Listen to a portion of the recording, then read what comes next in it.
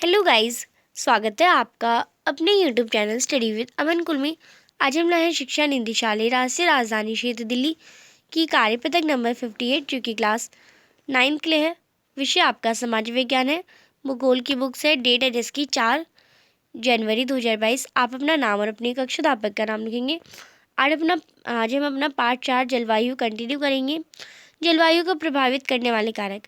एक तो अब यहाँ पे आपको सारे जलवायु को प्रभावित करने वाले कारक दे रखे हैं और यहाँ पे लिखा है भारतीय जलवायु को प्रभावित करने वाले कारक। तो वो सेम ही होंगे ज़्यादातर। तो चलिए स्टार्ट करते हैं। सबसे पहले जलवायु को प्रभावित करने वाले कारक अक्षांश। भूमध्य रेखा से ध्रुवों की ओर जाने पर सूर्य तप की मात्रा कम हो जाती है। अगर आप देखिए, मैं इसे डायग्राम के साथ समझाऊंगी तो आपको ज़्यादा समझ आएगा।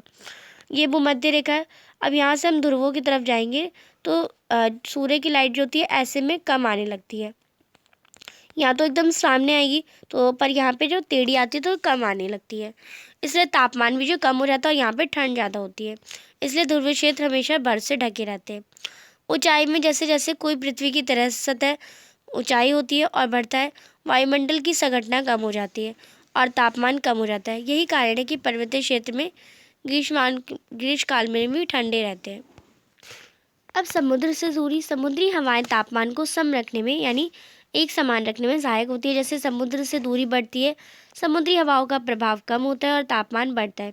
यही कारण है कि मुंबई जैसे समुद्र के पास के शहरों में पूरे साल मौसम की एक जैसी स्थिति का अनुभव करते हैं, लेकिन दिल्ली जैसे शहरों में जो समुद्र से दूर है वह अधिक गर्मी व सर्दी के मौसम की स्थिति का अनुभव करते हैं। और यहाँ पे जो समुद्र के पास जो शहर है वो एकदम समान जो मौसम है, ना ज़्यादा ठंडी ना ज़्यादा गर्मी वाला महसूस करते हैं। वायुदाब और पवन तंत्र। किसी क्षेत्र का वायुदाब और पवन तंत्र उस स्थान के अक्षांश और ऊंचाई पर निर्भर होता है। तापमान जितना अधिक होगा वायुदाब उतना ही कम होगा।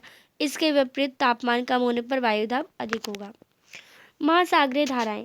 तटवर्ती पवनों के साथ साथ तटीय क्षेत्र से बहने वाली गर्म या ठंडी महासागरीय धाराएं भी उस क्षेत्र की जलवायु को प्रभावित करती है।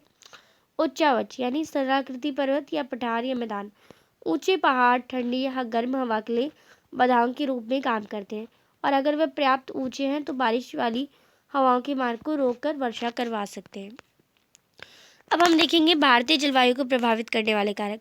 सबसे पहले अक्षांश, क्योंकि कर्क रेखा हमारे भारत देश के मध्य से गुजरती है, इसलिए इसकी जलवायु में उष्णकटिबंधीय और उष्णकटिबंधीय जलवायु दोनों की विशेषताएं होती हैं।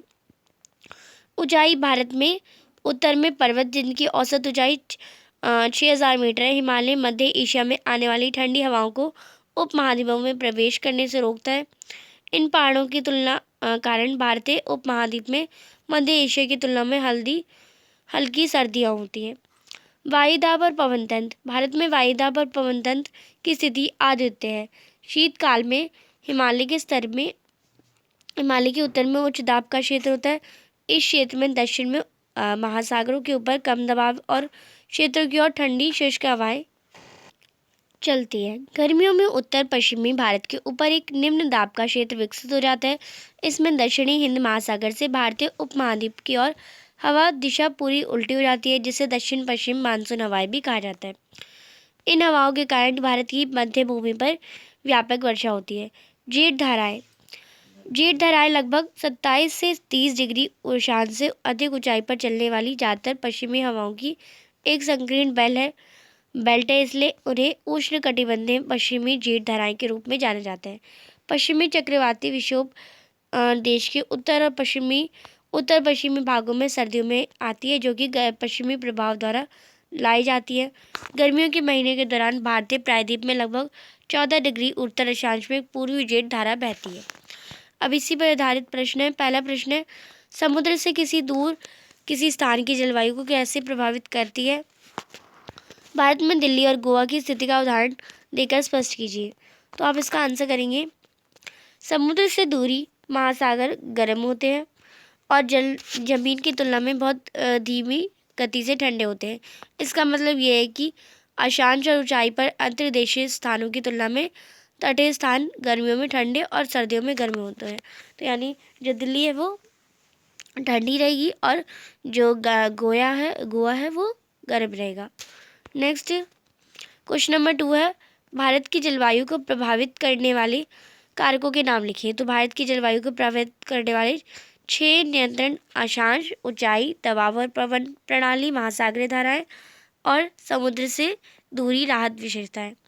तीसरा प्रश्न है, भारत में ग्रीष्मकालीन कौन सी हवा वर्षा लाती है? तो ग्रीष्म मानसूनी हवाएं लाती है। चौथा प्रश्न है, भारत में अनुकूल जलवायु स्थिति के हिमालय के महत्व के बारे में लिखिए। तो हिमालय का अत्यधिक महत्व है क्योंकि ये कई नदियों का उद्गम स्थल भी है, जो भारतीय उपमहाद्वीप में पानी के बड़े स्रोत के रूप में काम करती है। वह दक्षिण में शुष्क हवाओं को रोकते हैं, जो दक्षिण एशिया को अन्य महाद्वीपों के समशीतोष्ण क्षेत्रों की तुलना में अधिक गर्म रखता है। तो ये थी आपकी आज की वर्कशीट। आई होप आपको अच्छे से वर्कशीट समझ आ गई होगी। चैनल को अभी तक सब्सक्राइब नहीं किया है तो प्लीज़ मेरे चैनल को सब्सक्राइब ज़रूर करें। वीडियो को ज़्यादा से ज़्यादा दोस्तों के साथ शेयर करें। Thanks for watching video. Bye bye guys.